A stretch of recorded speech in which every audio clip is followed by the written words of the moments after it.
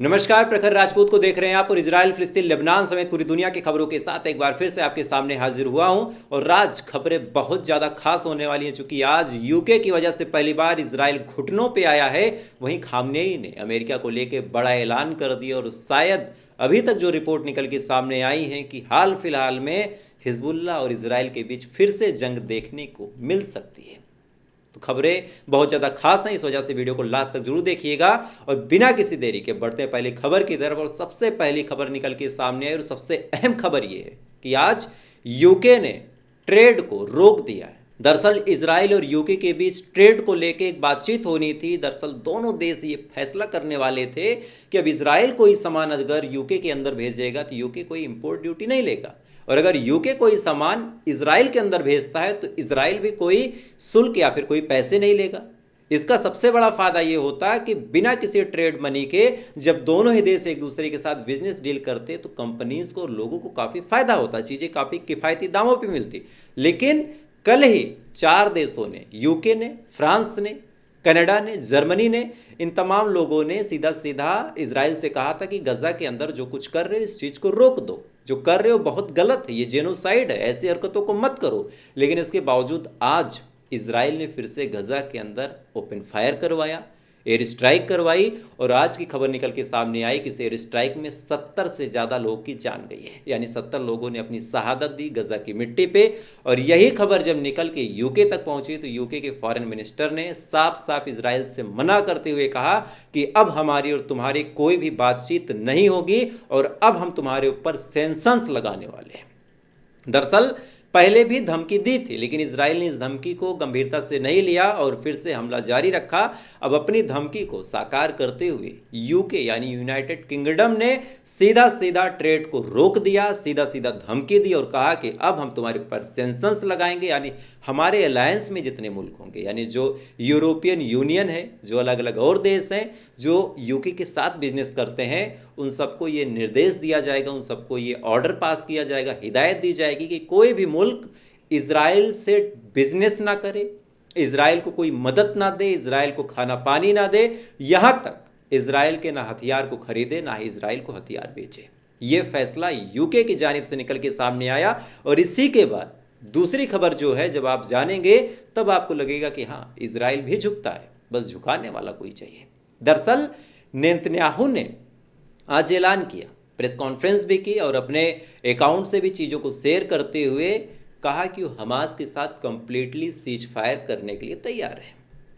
अब तक वही इजराइल बातचीत करना ही नहीं चाहता था, वही इजराइल गजा पे जुल्मों सितम की कहानियां लिखता जा रहा था। लेकिन जैसे ही अपने पे बात आई, फौरन क्या कहा नेतन्याहू ने कहा कि हम हमास के साथ बातचीत करने को भी तैयार हैं, हम पूरी तरीके से सीज फायर भी करने को तैयार हैं, बशर्ते हमारी जो शर्तें हैं हमास एक बार उसको सुन ले और हमारी शर्तों को मान ले।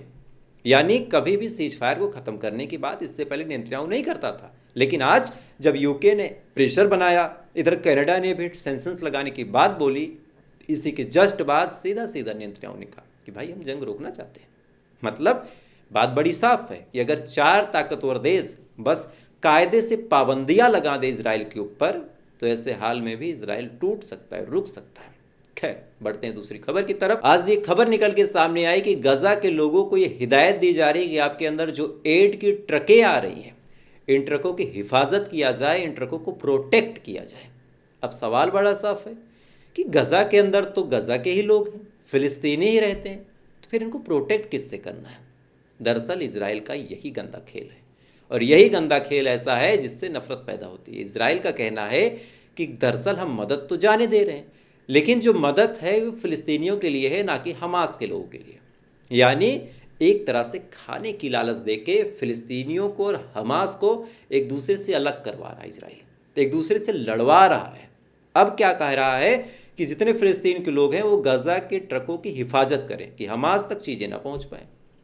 अब गलती से आप सोचिए फिलिस्तीन के लोग ये करने लगे तो हमास के लोगों पे क्या बीतेगी?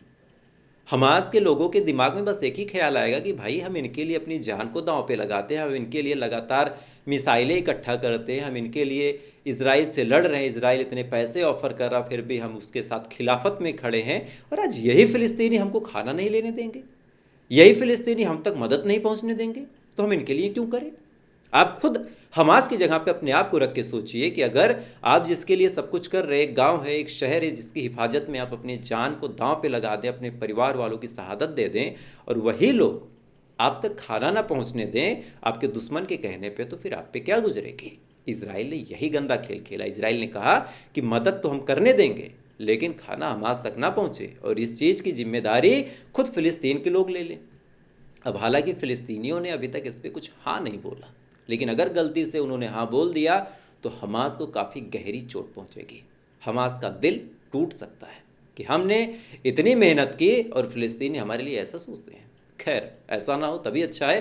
तब तक बढ़ते हैं अगली खबर की तरफ। यूएस ऑफिशियल ने बड़ा ऐलान करते हुए लेबनान से कहा कि आप अपने यहाँ जो हिजबुल्लाह संगठन है उसको डिसआर्म यानी उसको और घुटनों पे लाने के अलग तरीके से प्रोग्राम बनाएं। दरअसल हिजबुल्लाह कुछ कर भी नहीं रहा, लेकिन फिर भी इजराइल समेत अमेरिका को ये खतरा है कि अगर हिजबुल्लाह फिर से हमला करना शुरू करता है या फिर हिजबुल्लाह फिर से अटैक की कोशिश करता है, तो ऐसे हाल में दिक्कतें ज़्यादा बढ़ जाएंगी, ऐसे हाल में मुसीबतें ज़्यादा बढ़ जाएंगी और इजराइल के लिए थोड़ा सा चीज़ों को हैंडल करना मुश्किल होगा। इस वजह से आज दो चीज़ें हुई। पहला, आज लेबनान के ऊपर फिर से एयर स्ट्राइक की आईडीएफ ने। इजराइल और लेबनान के बीच जंग थोड़ी सी रुकी हुई थी, हिजबुल्लाह से कोई लड़ाई नहीं चल रही थी, लेकिन इसके बावजूद फिर से अटैक किया।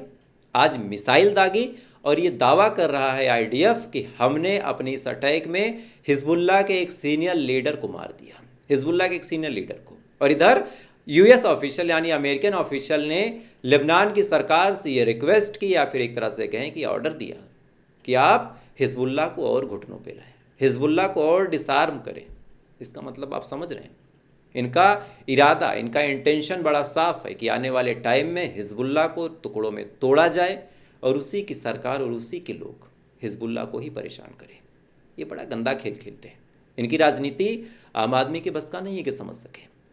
इधर फिलिस्तीनियों से कहा कि आप मदद जो जा रही है उसका प्रोटेक्शन करें, उसको रोकें कि हमास तक ना पहुँचे।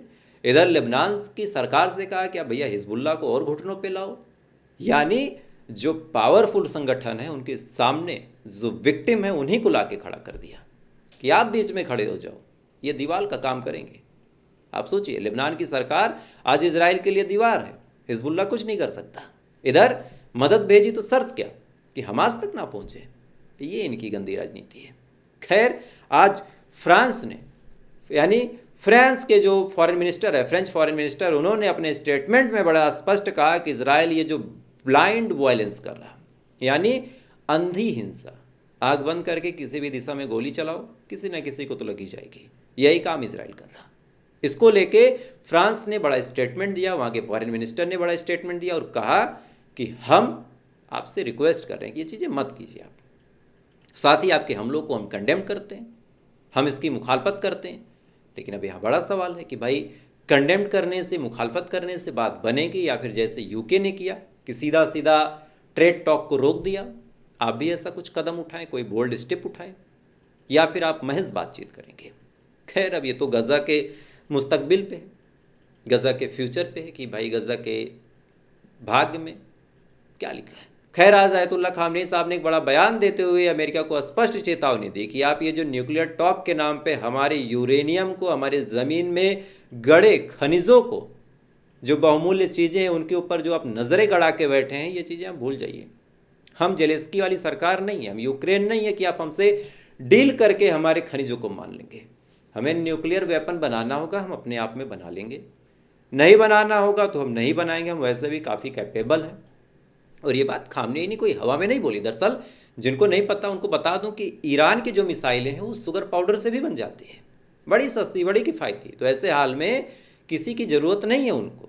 न्यूक्लियर वेपन बनाना होगा, बनाएंगे। अच्छा, जिसके पास नहीं है, पूरी दुनिया में 211 के करीब देश हैं और केवल 9 या 10 देश ऐसे हैं जिनके पास न्यूक्लियर पावर है।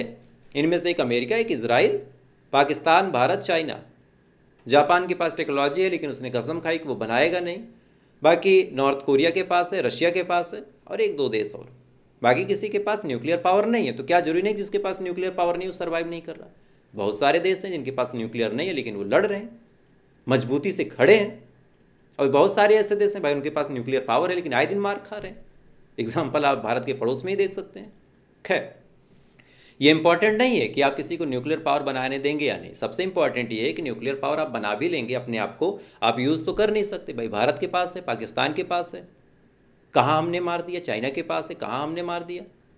किसी ने आज तक न्यूक्लियर पावर यूज़ नहीं किया। हाँ, बन जाता है, ठीक है, एक सुकून रहता है। लेकिन अगर आप अपनी ज़मीन को ही खुदवा के उसके अंदर से तेल अमेरिका को दे देंगे, उसके अंदर से खनिज अमेरिका को दे देंगे, तो ऐसे हाल में आपके लिए तो लॉस वाली कंडीशन है। और यही वजह है कि खामनेई साहब ने बड़ा स्पष्ट कहा कि भैया बनाना होगा हम बना लेंगे, तुम बहुत बीच में लिबिर लिबिर ना करो।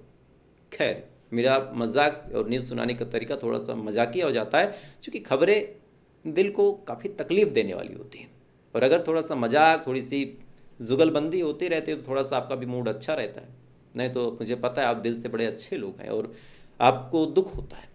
खैर, तो आज यूके के प्रेशर के बाद इजराइल ने बड़ा स्पष्ट कह दिया कि वो सीज फायर के पक्ष में आ रहे हैं।